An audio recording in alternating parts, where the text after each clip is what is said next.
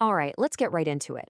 We're going to unpack a pretty wild idea about the Quran today. We're not just looking at it as a book of rules, but, well, as a kind of divine shock therapy, something designed to jolt awake a part of you that you might not even know is there.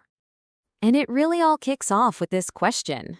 I mean, if you've ever read the first few chapters, you know they are intense.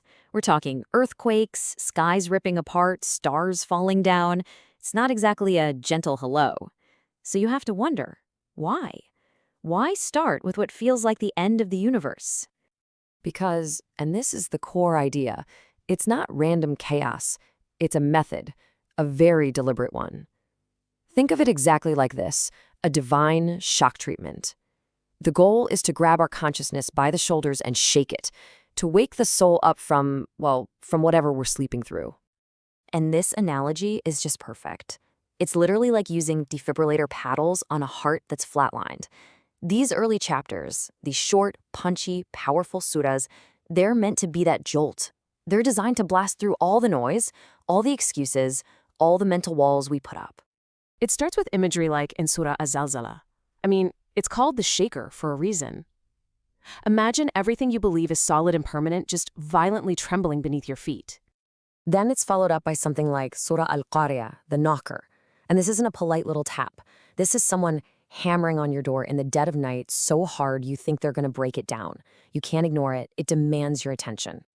And the language just keeps ramping up. The striking calamity. You see, this quick 1, 2, 3 punch of intense imagery, that is the shock. It's meant to completely bypass our overthinking minds and hit us somewhere deeper, somewhere more primal. So what's the whole point of this shock and awe? It's not just to scare us. It's to do a hard reset, to get us back to our, you could call it our factory default setting, to uncover something that's already been installed in every single one of us from day one. And that default setting has a name, the fitra. This is such a central concept. The fitra is this built-in moral compass, this gut feeling about right and wrong. It's that innate sense that there's a creator, that you have an owner. The whole idea is you don't actually need someone to teach you this. You're born knowing it. And this slide just lays it out so clearly. The Quran's shock treatment isn't trying to download an external program into you, a specific doctrine or dogma from one group or another. No, it's trying to reboot your internal operating system, that direct, personal connection that you already have. But you might ask, if we all have this fitra, why does it need waking up? Well, because life happens. Over time, it gets covered up. Layers of stuff like arrogance, greed, and a big one, dogma. Just blindly following ideas without ever questioning them. These things act like rust, making our inner compass go dormant. The shock is meant to shatter all that rust off. Okay, so follow the logic here. The shock breaks through the coverings. It awakens the fitra, and then what's the very first thing that awakened compass points to? It's this, absolute personal accountability. This is the bedrock. You have to lay this foundation down before you even think about building the walls of laws and rituals. And this wasn't some random process. For 13 long years in Mecca, the message was almost entirely focused on these first 3 steps. Shake things up, wake up the inner compass, and then drill home this deep personal sense of accountability. Only after that foundation was completely solid did the bigger laws start coming down. And this quote from Aisha, who was right there at the center of it all, she just nails it. She basically says, look, if the message had started with a bunch of don'ts, don't gamble, don't do this, don't do that, it would have gone nowhere. People would have just rejected it. You have to build that deep faith, that sense of accountability first. And the accountability the Quran talks about is, well, it's radical. It's a system of perfect, incorruptible justice. Every single thing you do, good or bad, no matter how tiny, gets brought out and weighed. There are no special connections, no favoritism, no one gets wronged, not even by the weight of a single atom. Okay, but this brings up a really tough question, right? If there's this ultimate justice, what about all the horrible injustice and suffering we see in the world right now? Why doesn't an all-powerful God just step in and fix it? And the Quran doesn't dodge this question. Not at all.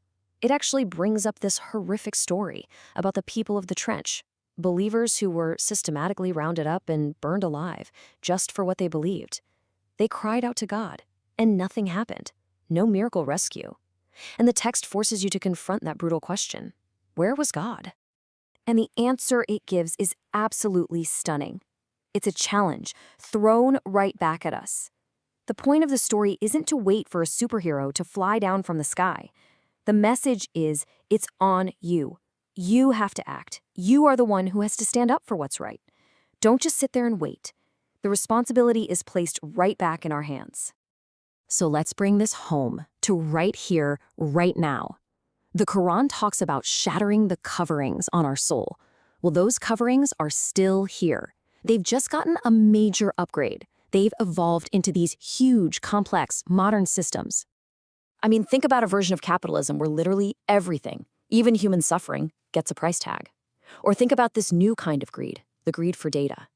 Our deepest secrets, our health issues, our anxieties, they're being packaged and sold.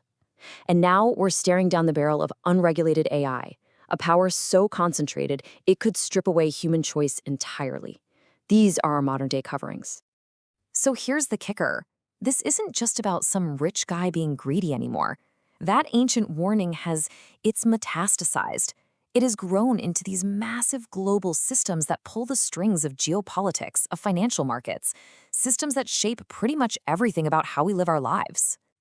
Which leaves us with this final, and I think most important question to chew on. If that whole divine shock treatment was designed to smash the coverings that blind us to what's true and what's just, then what are our coverings today? What are the systems, the unquestioned ideas, the comforts that we need to be shaken out of?